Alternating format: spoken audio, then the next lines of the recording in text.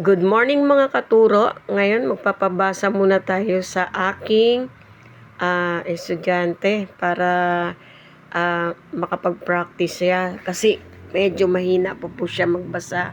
Kaya kailangan po niya yung everyday na pagpapractice sa reading. So, inuna muna namin yung pagpapabasa sa kanya ng Filipino na mga yung maikling kwento lang para ma-practice lang yung kanyang pagbabasa. Kasi hindi pwedeng mapalihan siya. Tapos pag nakapagbasa na siya sa school, pag uwi niya sa bahay, magpapahinga. Yun yung instruction ko sa kanya. Kumain, magpapahinga. Tapos magbabasa uli siya kahit mga 15 minutes or 30 minutes para may ginawa siya para hindi niya makalimutan yung mga binabasa niya. At matandaan niya kapag na-encounter niya uli yun sa susunod na babasahin niya. Ganyan lang talaga mga katuro. Kailangan naming magtiyaga para mas matuto sila ng pagbabasa.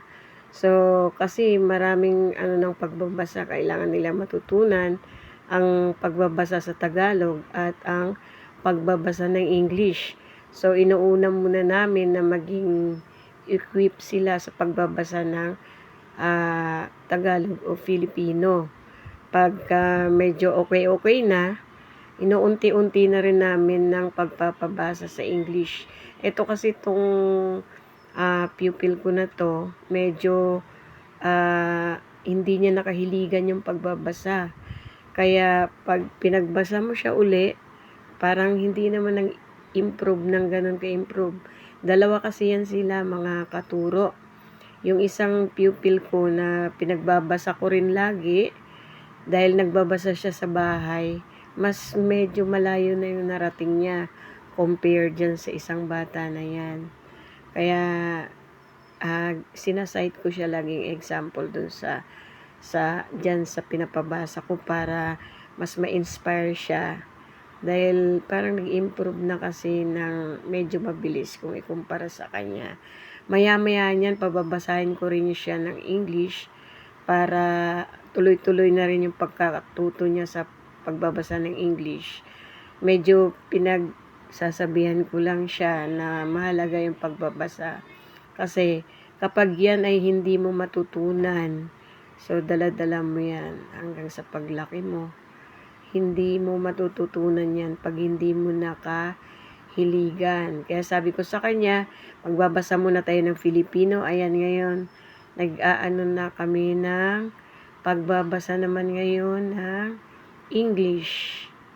Para malaman ko kung nag-i-improve ba yung reading niya sa English. Dahil kung mahina siya magbasa sa Filipino, mas mahina siyang magbasa sa English. Pero nakakabasa na po siya ng paunti-unti sa English. Sa Filipino naman niya, konting practice lang. Medyo hindi siya sinisipag kasi laging magbasa. Kaya may mga pagkakataon din niya na kapag bago kami mag-uwian, may 15 minutes to 20 minutes kaming reading muna bago siya umuwi.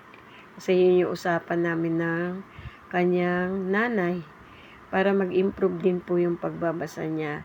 So minsan nag-extend po ako ng oras, mga 10 minutes na extension para lang matapos ko yung oras na sinabi ko sa nanay. Ganun din siya. Kaso lang may mga pagkakataon na medyo siguro wala siya sa mood tumatakas. Kaya inaagapan ko yan pag nagpapalinis na ako, pinapaupo ko na siya sa tabi ko para magbasa na kami. Kasi pag hindi ko po gagawin yan, parang pagdating sa bahay, hindi rin siya nagbabasa, wala pong mangyayari.